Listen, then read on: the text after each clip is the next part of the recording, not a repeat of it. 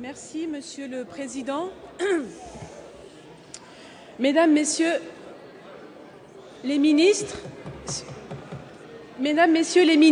chers collègues, ma question s'adresse à Monsieur le ministre des Affaires étrangères. Depuis une semaine, la population de la bande de Gaza est soumise à d'intenses bombardements de l'aviation israélienne en représailles aux tirs de roquettes pratiqués par le Hamas et ses groupes armés.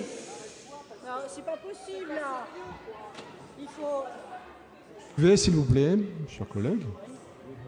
Je reprends, Monsieur le Président. Depuis une semaine, la population de la bande de Gaza est soumise à d'intenses bombardements de l'aviation israélienne en représailles aux tirs de roquettes pratiqués par le Hamas et ses groupes armés. Cette nouvelle exacerbation du conflit israélo-palestinien, avec les provocations que constituent ces tirs de missiles et l'usage disproportionné de la force par le gouvernement israélien, ont déjà causé la mort de plus de 230 Palestiniens. Un quart sont des enfants, 4 tués hier après-midi sur la plage de Gaza, et blessé 1700 femmes, hommes et enfants de ce territoire. Je reprends ici l'appel de 8 cinéastes israéliens qui ont interrompu lundi le Festival du film de Jérusalem pour exhorter leur gouvernement à un cessez-le-feu et engager un dialogue constructif avec le peuple palestinien et ses dirigeants.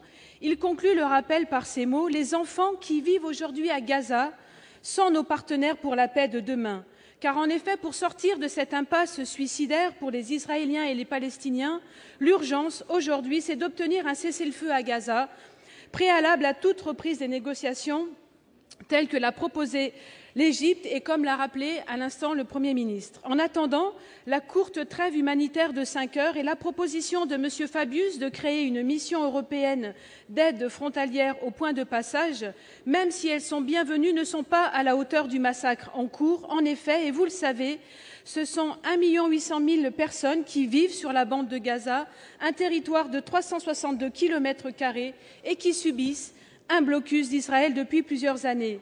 Au-delà de ces événements dramatiques, tristement répétitifs, il faut dénoncer l'objectif poursuivi, rendre impossible une solution à 2 États reconnue par la communauté internationale.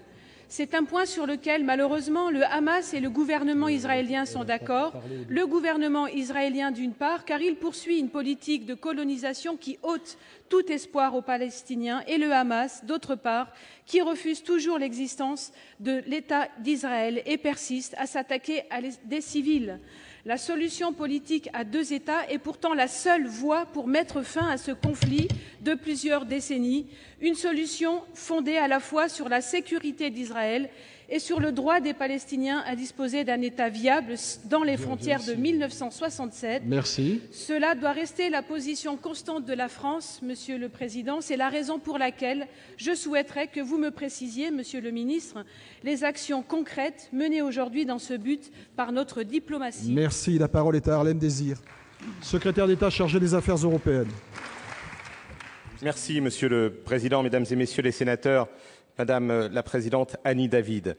Le Premier ministre vient de le rappeler. L'urgence, c'est de mettre fin à l'escalade de la violence. L'urgence, c'est ce que vous venez vous-même de dire, c'est que la trêve soit respectée, c'est qu'elle soit durable, c'est de reprendre le chemin de la paix. La poursuite de la confrontation, des tirs de roquettes, l'opération menée par Israël entraîne de nombreuses victimes, de graves dégâts humanitaires pour les Gazaouis. De nombreux habitants viennent trouver refuge dans les écoles avec une eau, une nourriture qui viennent à manquer. La trêve d'aujourd'hui est encourageante, mais elle est fragile, elle doit être durable.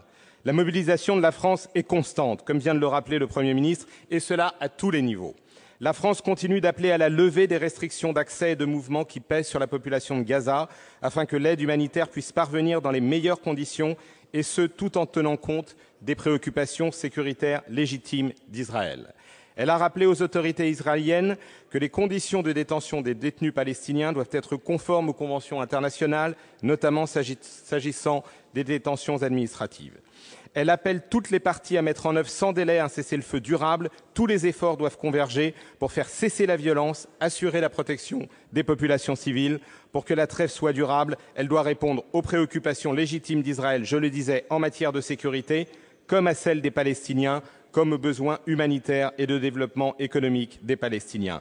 L'autorité palestinienne doit y être, bien sûr, étroitement associée. Enfin, elle appelle à la fin de la colonisation, qui menace la viabilité d'un futur État palestinien et mine les efforts de paix. C'est le discours que le président de la République a tenu devant la Knesset lors de son déplacement en Israël et dans les territoires palestiniens.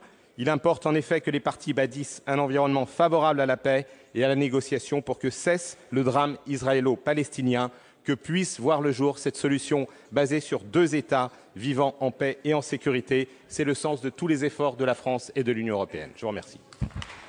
Merci.